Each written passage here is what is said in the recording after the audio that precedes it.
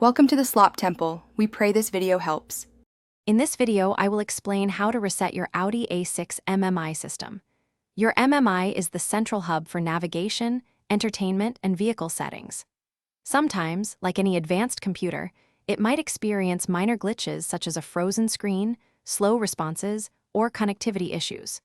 Performing a simple reset can often quickly resolve these common problems, restoring full functionality to your system.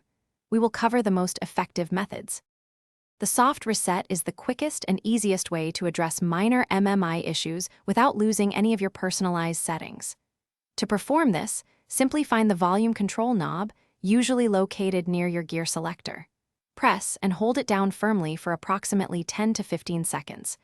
You will see the MMI screen go black, then it will reboot, displaying the Audi logo. This often fixes many common glitches.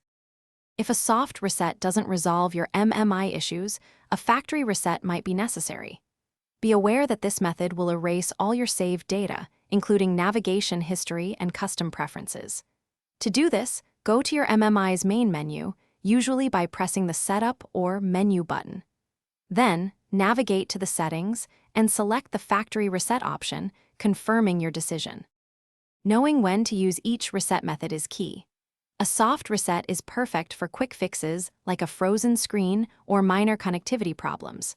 Reserve the factory reset for more stubborn issues, understanding it will clear your personal data.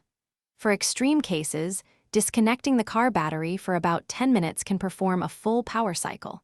Always refer to your Audi's owner's manual for the most accurate, model-specific guidance. Thanks for watching. Consider subscribing if we helped you.